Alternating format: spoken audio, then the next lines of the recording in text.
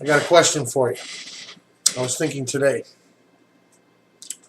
what is the best defense against sin in a life? Fair question. What is the best defense against sin in a life?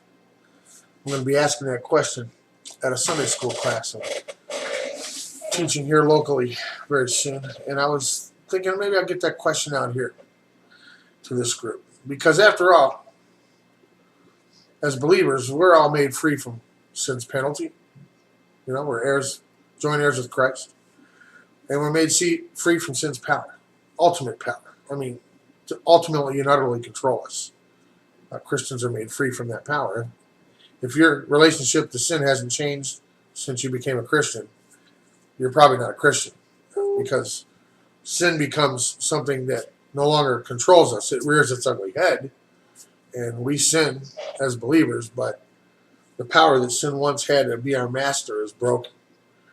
Okay, but we're not free from sin's penalty, we're not free from sin's presence. Free from its penalty, free from its power, not free from its presence.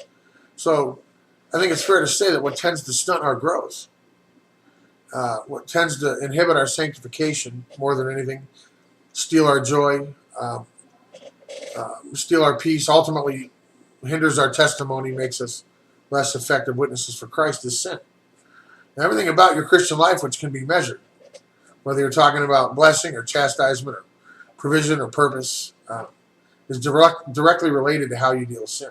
Because, simply put, obedience is the key to everything. That's why the writer of Hebrews says, let us lay aside the sin that so easily entangles us. Sin is the problem that we all face in this life. We all live in Romans 7, this side of heaven, right? So you have to ask yourself, all right, how do I deal with sin? How do we set aside that sin that the writer of Hebrews talked about? And I'll tell you, there's not really one right answer. There's several right answers. But I think there's one answer which lies at the core of all other answers, which is the conduit through which all of them make their way, is found in 2 Corinthians 10. In one simple phrase, it says that we're to be taking or bringing every thought captive to the obedience of Christ. That's a very interesting term.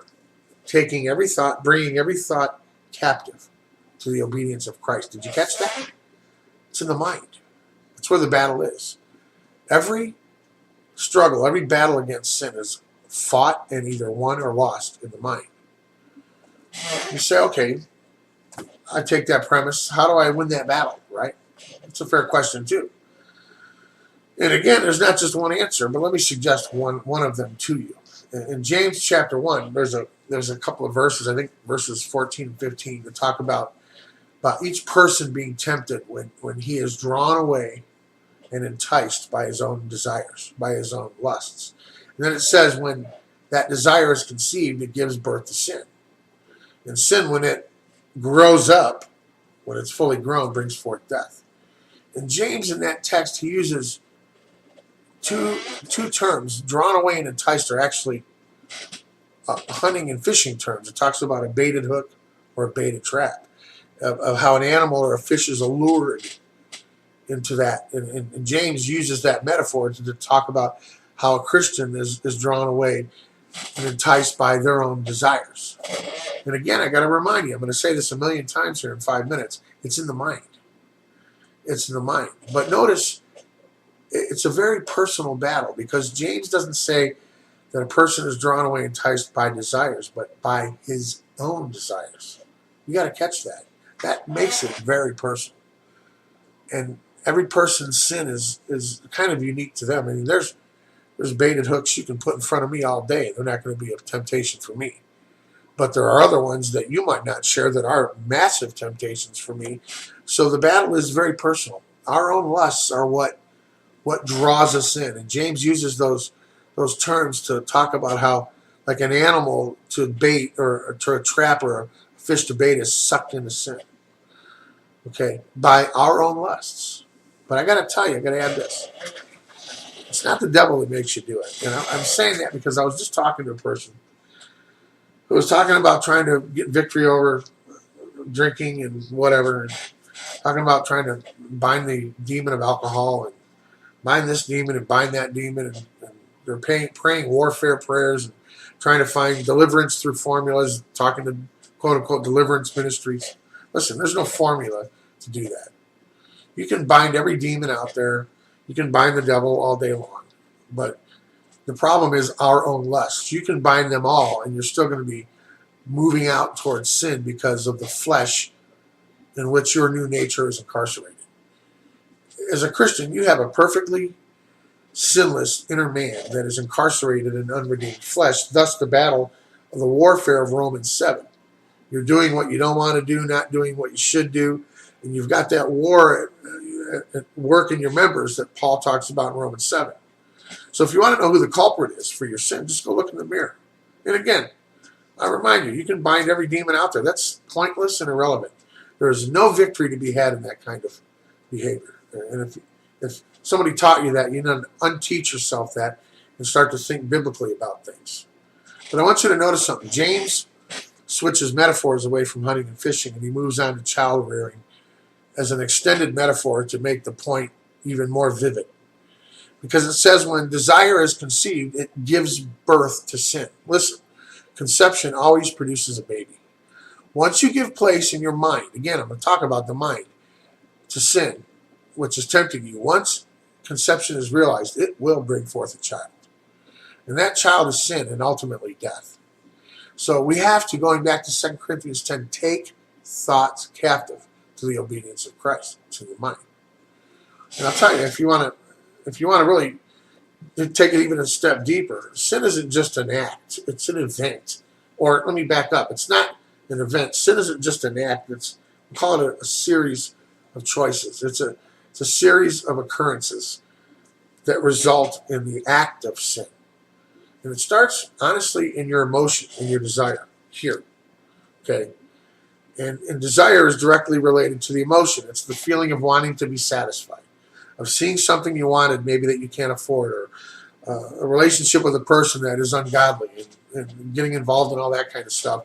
And it's this thing that's dangled in front of you that makes you feel a longing, a desire to have something that you shouldn't have, or to do something that you shouldn't do, to find fulfillment in something that is ungodly, to something that doesn't bring glory to God.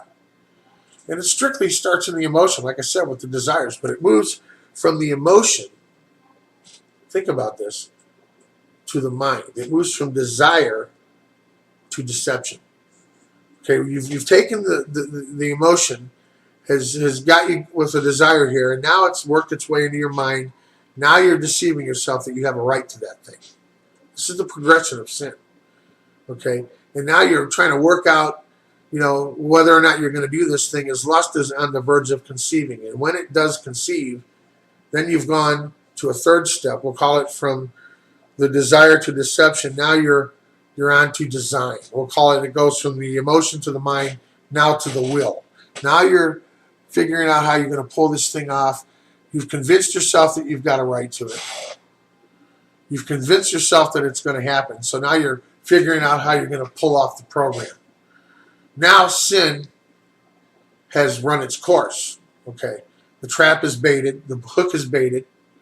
It's deceived your intellect. Says it looks good. You have a right to that thing. This will quaff my desire. This will satisfy me. And so what started with the emotion has moved to the mind and now the will. And now lust is conceived. Now there's a whole series of chance choices that you've made that has resulted in sin. And it's become, the literal Greek word is sulambano. Sin has become pregnant. That's the literal meaning of the Greek word that James uses. Sulambano. Very vivid imagery that James gives us, and how sin occurs in the mind. But if you're going to deal with it, again, I repeat, you have to deal with it way back here before it conceives. You have to deal with it before it runs its course of pregnancy and is about to give birth, because I'm going to tell you, once it runs that course, you're not going to stop it. A baby that has been conceived and has run that course of pregnancy is about to be delivered. I'm telling you, that baby is going to be delivered. And so it is with sin. So I just say all that to get you to kind of think through this thing, man. We all deal with sin. We all struggle with sin. We all battle sin. But that's the sequence of how it happens in the mind. Like I said, very vivid imagery. But that's how every baby is born. First, there is a desire between a man and a woman. They decide they're going to do that. They're going to have that child. They make up their mind, and they do that. They conceive the child. And later on, they give birth to that child. And so it is with sin. It's conceived in the mind as a desire. And then it goes from the emotion to the mind to the will. It's been designed. And now you end up with the fourth D, disobedience. Now it's in the behavior. It's gone from the emotion to the mind to the will to the behavior. You've acted out on it. And there it is. That's the natural progression of sin. So next time you sin or you're tempted to sin, you think about this. And I'm telling you, you will see this very progression at work in your life because it's the same with all of us. You better deal with sin in your mind where it originates or you're not going to deal with it effectively. In the mind, I'll give you another clue here, the mind that does not produce sin is a mind that is able to be controlled. And how is it controlled and by whom is it controlled? It's controlled by the Spirit of God through the Word of God in perfect accord with each other. And that's the controlling principle. It's through a renewed mind, it's through a transformed mind that you're going to find victory. King David said it, thy word have I hid in my heart that I might not what? Sin against thee. That's the key to all of it. Have a good night.